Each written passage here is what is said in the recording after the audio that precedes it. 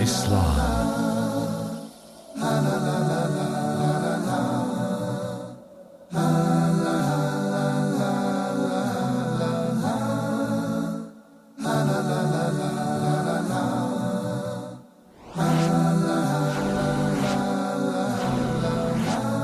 Islam 101. Bismillah, wassalatu wassalamu ala rasulillahi amma ba'du. Welcome to another episode of Islam 101, the basics of the tenets of the religion of Al-Islam, a program designed to give you, the respected viewer, a clear and concise understanding of the basic concepts and theories and fundamentals of the religion of Al-Islam. I'm your host, Abu Usamah Althahabi, and I'm flanked by a number of my respected students and guests. To my right, we have Brother Noor from Jakarta, Indonesia. And to his immediate right, we have Peter, who happens to be from the southern part of Sudan, and he's from the Dinka tribe. And to my left, we have Brother Muhammad, who's from Afghanistan. And to his immediate left, we have Brother Ayman, who is actually from Egypt. So we welcome all of you, and we welcome our respected viewers. Today, inshallah, our topic is centered around and is concerning itself with the role of the scholars in Al-Islam. The role of the scholars in Al-Islam. The scholars have the ability to make things permissible and impermissible. Should the scholars be obeyed unconditionally? If a scholar were to tell me something that went against the religion of Al-Islam, am I obligated to obey him? If I see a particular scholar doing other than what he is saying, he's stealing the people's money and he's telling the people to be upright and to be just, do I still continue to give him reverence and respect simply because he's a scholar? Is that the way the religion of Al-Islam is? That we take for ourselves monks and priests. They can do whatever they want to do. I go to the scholar and he has the ability to curse me, and then when he curses me, I become afraid because the scholar cursed me. Is that the religion of Al-Islam? Concerning the scholars in Al-Islam, their job, their role, their function has been clearly defined in the Quran and in the authentic Sunnah of the Messenger of Allah sallallahu alaihi wasallam. And the practical applications that we see from his companions, who were, by the way, the greatest scholars in Al-Islam. Abu Bakr and Umar and Uthman and Ali, they were from the scholars of this religion. Abdullah ibn Mas'ud, Abdullah ibn Umar, Abdullah ibn Abbas were scholars from this religion. Ubay ibn Ka'b, a scholar from the religion. Mu'adh ibn Jabal, a scholar from the religion. So we look at those companions and we take them as the first example of what the scholars are after we look at Rasulullah, because they took their example from him, sallallahu alaihi wasallam. Verily, the Messenger of Allah was sent to mankind, and he was sent to the jinn, the spirits that have been created from a smokeless fire. And we gave a talk about who the jinn were and the difference between the jinn and the angels and human beings. So Rasulullah, may the peace and blessings of Allah be upon him, he was sent to mankind and he was sent to the jinn.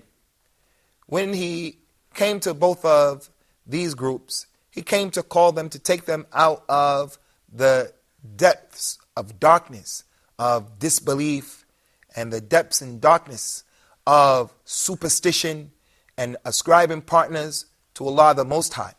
And when he came, his coming forth is a sign that the day of judgment is close. The fact that he was sent, as he said, verily I have been sent close to the establishment of the hour. Like this, when he came, that means that the last day is very close. So he gave us a number of examples and a number of signs to look for concerning the last day. One of those signs is that he told us, verily knowledge is going to be taken away.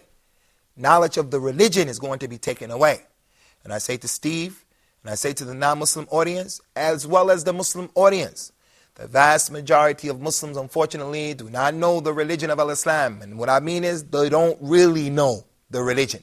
Al-Islam has become a part of our culture, and that's it. But if you ask someone, show me how Rasulullah prayed. You pray 5 times a day? Show me. You'll find that person who doesn't raise his hand. You'll find that person who keeps his hand below his navel. You'll find that person who doesn't know what to read, how to go down, how to come up. Even though the prayer is something that we do every day, 5 times at least a day. You'll ask some of the Muslims about the most important concept, monotheism, Tawheed. Who was Allah? And what does he do and what does he not do? You'll find some Muslims have even lost this particular point. So what we want to mention now is, from the signs that the last day is here, is that knowledge of the religion will be taken away. He also said that from the signs is that people will search for a knowledge عند الأصاغر. عند الأصاغر. Knowledge will be searched for and sought after with the asagir, which comes from the word sagir, to be small. But it doesn't mean a small person or a young person. It means that knowledge will be sought from the people who are deviants, the people who don't know the religion. And I can attest to this because when I became a Muslim, I met different groups of Muslims. I met one group of Muslims who told me that we should all sit in the circle like we're in right now, and we put a green handkerchief in the middle of the circle and a white handkerchief in the middle of the circle, and then we turn the lights off. And then we all rock back and forth and say, hooah, hooah, hooah, hooah, hooah, hooah. When I asked them, where does that come from? Where did you get that from? I want to do it, but just show and prove to me that that's from the religion. They said, you have to ask the shaikh, our teacher, who was from the asagir. Because when I asked the shaikh, he couldn't answer anything other than say that I don't love Rasulullah. No, inshallah, I love Rasulullah. But I love my religion as well. And I don't want my religion to be just following what people tell me, like I used to be Steve with my mother and my father. My mother and my father told me when I started reading the Bible and I started studying about Christianity, studying it academically, not just what I heard, academically. I would go to my parents with the contradictions of the Bible and they would tell me, no, honey, no, son, you just have to believe. I say, hey, there are some things I just believe. I don't see Allah, but I believe. I don't see the brain that's in Muhammad's head, but I believe he has a brain and he has a heart. I believe that. But I'm not going to believe that which is a contradiction. So, in any event, from the signs of the hour is that people will search for knowledge with the people of deviation. It's not talking about a young person, because a young person can have knowledge of the religion and he can be from the scholars. So what is the role of the scholar in Islam, and what's his responsibility, and what is his position? The Prophet told us, may the peace and blessings of Allah forever be upon him. Verily, he is not from us. He is not from the Muslims. That individual who does not have mercy upon our youth, our youngsters, nor does he respect the elders, nor does he know the right of the scholar. He's not from the people of Islam who know those 3 critical issues. He has mercy upon his child and other people's children when he sees them in the street. The child breaks his car window. The child does something wrong. The elder Muslim doesn't say, may the curse of Allah be upon you, you dog, you donkey. No, we're supposed to call that child, come here, educate him. Maybe tell his parents on him if we see him smoking cigarettes, watching and looking at a porno magazine. We're supposed to have mercy upon them. And the one who is older than us, whether it's your parents or someone who's your neighbor, he is not from us, the one who doesn't respect the elders from amongst us. But the point is, he is not from us, the one who doesn't know the position of the scholar. So the scholar has a tremendous position in the religion of Islam. Allah commanded us in the Quran, and he said, ask the people of knowledge if you don't know.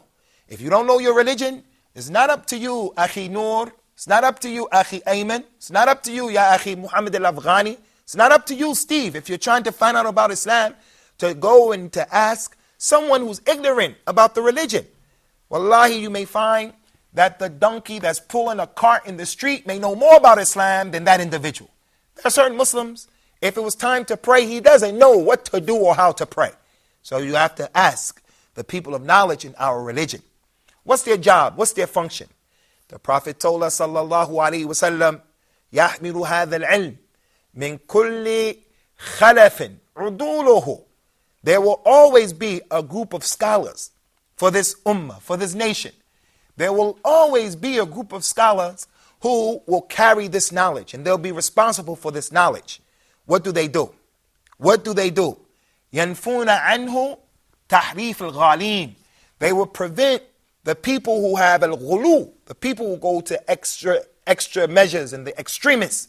The scholars will stop them That's why we see in the world today with this so-called topic of terrorism. We don't like that the Muslims are being oppressed in Afghanistan, in Palestine, in Iraq, or wherever it is. We do not accept that. It's oppression, and it's a double standard. In Africa, Africa is being oppressed. We don't like that. But at the same time, two wrongs don't make a right. The scholars come and they tell us, all of the scholars of Islam, it's not permissible for you to have excesses and to go overboard and kill innocent people. So that's one of the responsibilities of the scholars. Another responsibility of the scholars is that they do away with the ta'wil of the jahilin. Those people who give ignorant, foolish interpretations of the Quran and the Sunnah. All you have to do is take the Quran. You don't have to have the Sunnah. A man can marry 9 women in Islam. He can marry 2 or 3 or 4. So his interpretation of the ayat is you can marry 9 women. You don't have to pray. Islam is in your heart. The woman doesn't have to put hijab on or the Islamic garb. The scholars come and they do away with dispelling those lies and those myths. That's one of their second functions. And the last one is that they do away with the falsehood of the mubtilin. Those people who are just claiming the claims and they're making the claims that they make. The scholars' responsibility and their job is to do away with that as well. So those are some of the functions of the scholars. One of the most important functions of the scholars is that Allah mentioned an ayat or a verse in the Quran when He said about describing the Muslim community and the hypocrites who are in the Muslim community. Those people who have disbelief in the inside, but they're claiming that they're Muslims on the outside. And we have a lot of them in the Muslim countries. Some of our children are even hypocrites. They claim that they're Muslims on the outside. But if you have the ability to open them up when they're by themselves, you'll see that when they're with non-Muslims, they talk bad about Islam. When they're with non-Muslims, they do everything that non-Muslims do. They even doubt about the reality of Islam. But Allah mentioned their situation. Whenever He said, when Allah said in the Quran, and if something happens to the community, the Muslim community, by way of something that is concerning the aman, the safety of the community, or something has happened that's going to compromise the safety of the community, you'll find those munafiqeen, those hypocrites, that they will go around spreading it, just talking about it. They don't know what happened. They didn't know the details of it. But before getting the whole picture, they'll start making lies and spreading gossip, making more confusion. Allah said, had they only referred it back to Allah and those who had knowledge amongst them, then the ones with knowledge and Rasulullah, they would have extracted, they would have deduced from the issue the best thing to do. And if it wasn't for the rahmah of Allah and His fadl upon you, you all would have went and followed the shaitan, the Satan, except a few of you. We're going to stop right here, inshallah, with this particular issue, the place of the scholars in Islam. And we'll come back as we usually do, inshallah, and we'll see about the participation of our students. So try to tune in to the second half of this program, the scholars and their position in Islam. Islam 101. Ark of Noah. We're going to be mentioning the significance of the Ark of Noah. Knowledge is the essence of everything. Once you get the knowledge, then it generates the desire and the motivation, and then it brings about the action. And we're going to be discussing the state of the Ummah and the division which unfortunately has appeared in it, and the methodology of trying to arrive at the right path. Your system of knowledge or your system of motivation are hit by any of these threats, you will definitely go astray and you will be suffering from a disease in the heart. We're also going to be discussing what Allah wants from us. How can we make that? Allah gave us the revelation. So Allah subhanahu wa ta'ala is addressing first and foremost the companions. If they believe in what you have believed in, then they are guided. So the real guidance is what the Prophet ﷺ and the companions were upon. Join Sheikh Mutassim in the program Ark of Noah and discover the answers to these questions. Islam 101. Welcome back to Islam 101. We've been discussing the position and the place and the responsibility of the scholars in Islam, the ulama in Islam. Those people who Allah the Most High mentioned about them, verily Allah has raised in degrees those from amongst you who believe and who have been given knowledge, meaning the scholars. they have been raised in this life as well as the next life. They're the ones who Allah mentioned concerning them. Say, Ya Muhammad, to the people, are they equal? Those who know and those who don't know? No, they're not equal. The scholars are on a higher plateau. The ones who the Prophet said about them, sallallahu alaihi wasallam, verily the prophets and the messengers, the prophets, they do not leave behind any inheritance. They do not leave any money behind to be inherited by any of their family members. They don't leave the dinar or the dirham, the dollar or the pound. They don't leave that behind. But what they leave behind is knowledge. They leave behind knowledge. He said that the scholars are the inheritors of the prophets. So whoever takes that knowledge that the prophets left behind, they have taken the massive, mammoth, beneficial portion. So the scholars are the warathatul anbiya.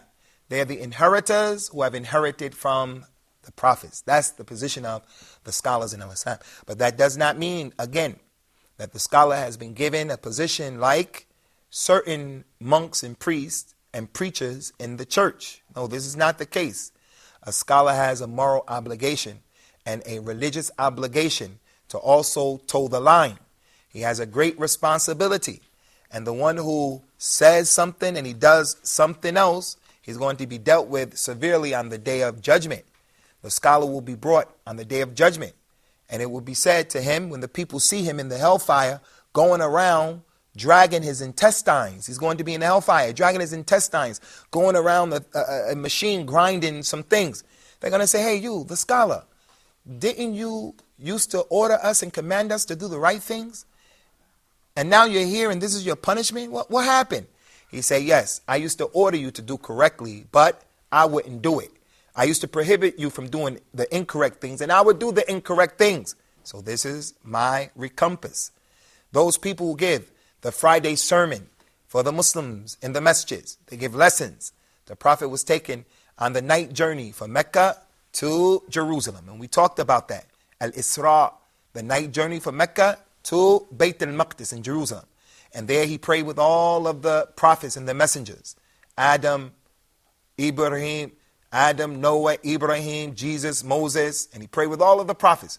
And then he went to the seven heavens. When he went to the seven heavens, he saw a number of things. And one of the things that he saw was that there were a group of people who their faces were being scratched with copper claws, with copper nets and these knives that were put in holes in their cheeks. He asked Gabriel, oh, Gabriel, who are those people? Gabriel said, those are the people from your nation who used to give the Friday sermon. They would tell the people to do certain things and they were doing something else. So that's their punishment.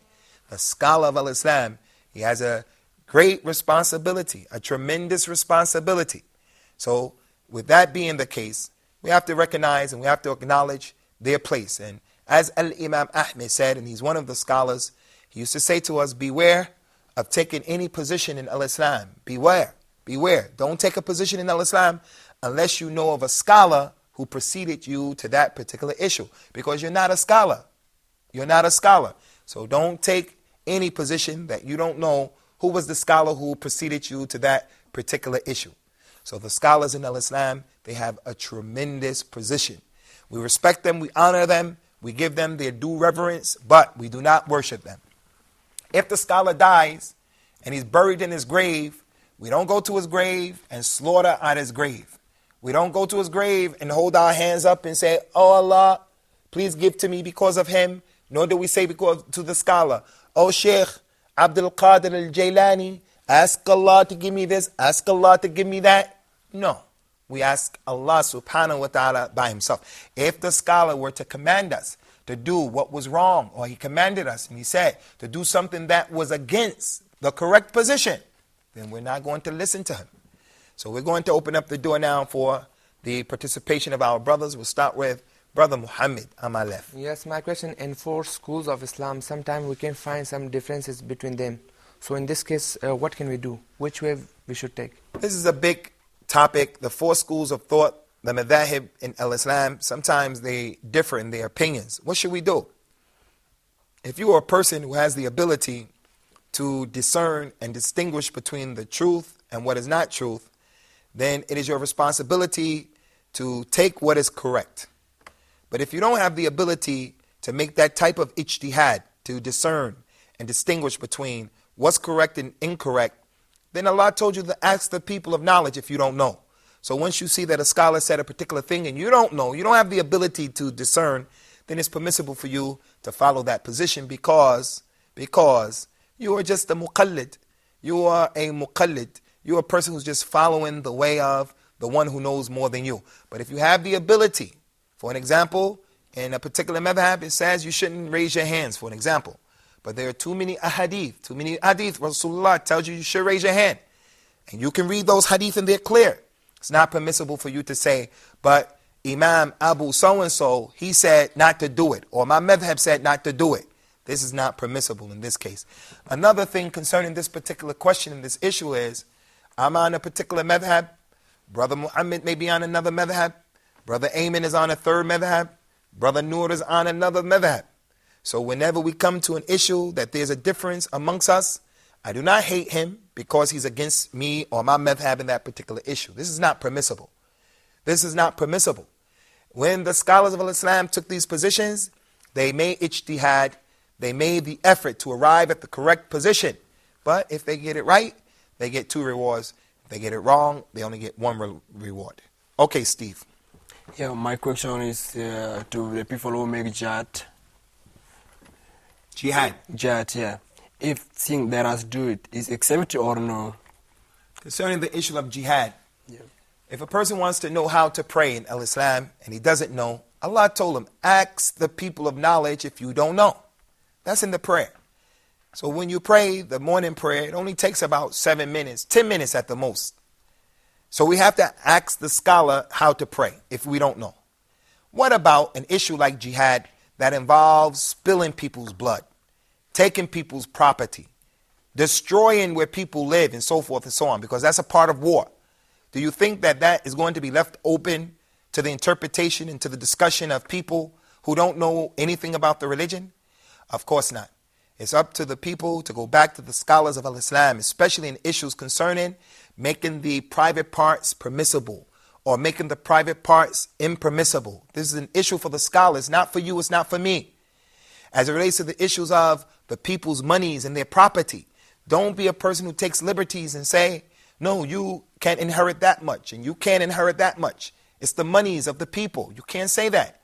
And when it comes to the spilling of the blood of the people, the Prophet told us, sallallahu alaihi wasallam, a man will always have the chance to be forgiven by Allah as long as he does not spill the blood that is impermissible for him to spill. So it is the responsibility of the job of the scholars to determine that. And I say, as I've been saying, and I continue to say it, inshallah, because this is our call and this is our responsibility. Everyone is not a scholar. Everyone who can give a nice lecture is not a scholar. The person who can give a nice Friday sermon is not a scholar. The one who can talk and make you inspired is not a scholar. There may be a person who can give a nice lecture, but he doesn't really know much about the religion. And there may be a scholar who, when you listen to his lecture, is not that, it doesn't make you feel so good. But that doesn't mean that we make the one who gives a nice lecture the scholar, and the scholar is just anybody. No. As Aisha said, and it's in Sahih Muslim, in the beginning of the book, the Muqaddimah of Sahih Muslim, Inna umirna an nunazzil an-nasa manaziluhum. We've been ordered to put everyone in their proper place. The scholar is the scholar. The student is the student. The ignorant one is the ignorant one. The mother is the mother. The child is the child. The father is the father. And so forth and so on. So it is the scholar who determines for us when is the jihad. Where is the jihad? It's not for any of these people. Not a single person who's calling to this issue of jihad today, where they blow up people and so forth. Without an exception, are they from the scholars of Islam? Nor has any of the scholars of the religion said that this was okay. Okay.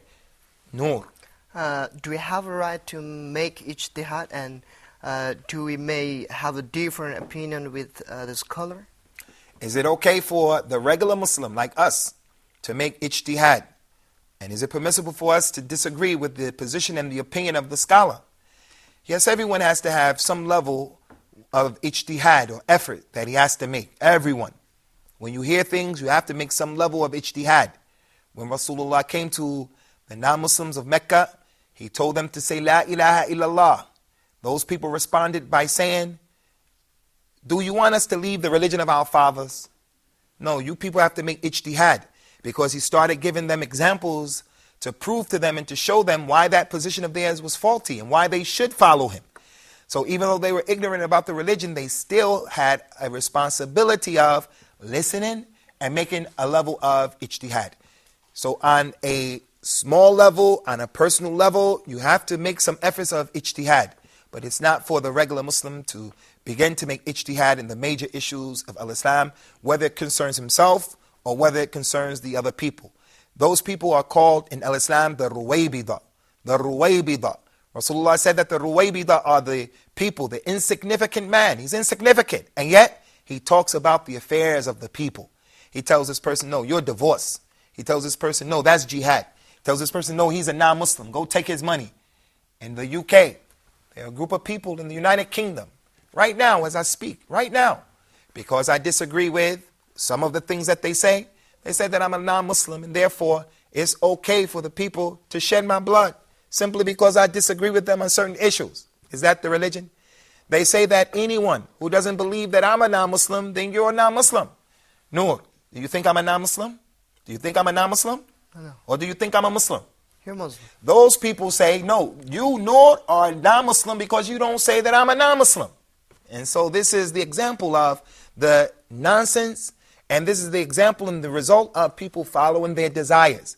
The great scholars of al-Islam, like, I'll give you an example, some of them have died recently, like, there's a scholar of hadith, his name is Muhammad Nasiruddin al-Albani. He's a scholar that people should know about because he cleaned up the hadith and distinguished for us the weak hadith from the authentic hadith. He died a few years ago. These people say that he's a non-Muslim. Ibn Baz is a non-Muslim. Ibn Uthaymeen is a non-Muslim. So what can we do with people who their intellect is like that? The Ruwaybida. So we're going to stop here, and we ask Allah to make it easy for us and to make it easy for you and to give us the guidance of al-Islam. Looking forward in the next upcoming chapter, inshallah, an episode of Islam 101 to have you as a respected viewer. Take care. May Allah protect.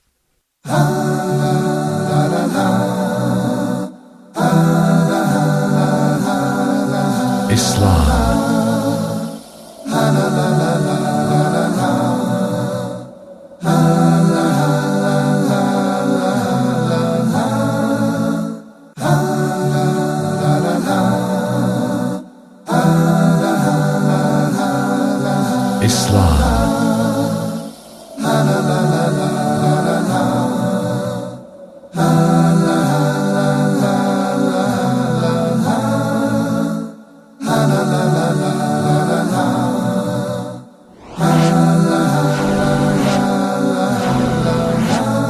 Islam.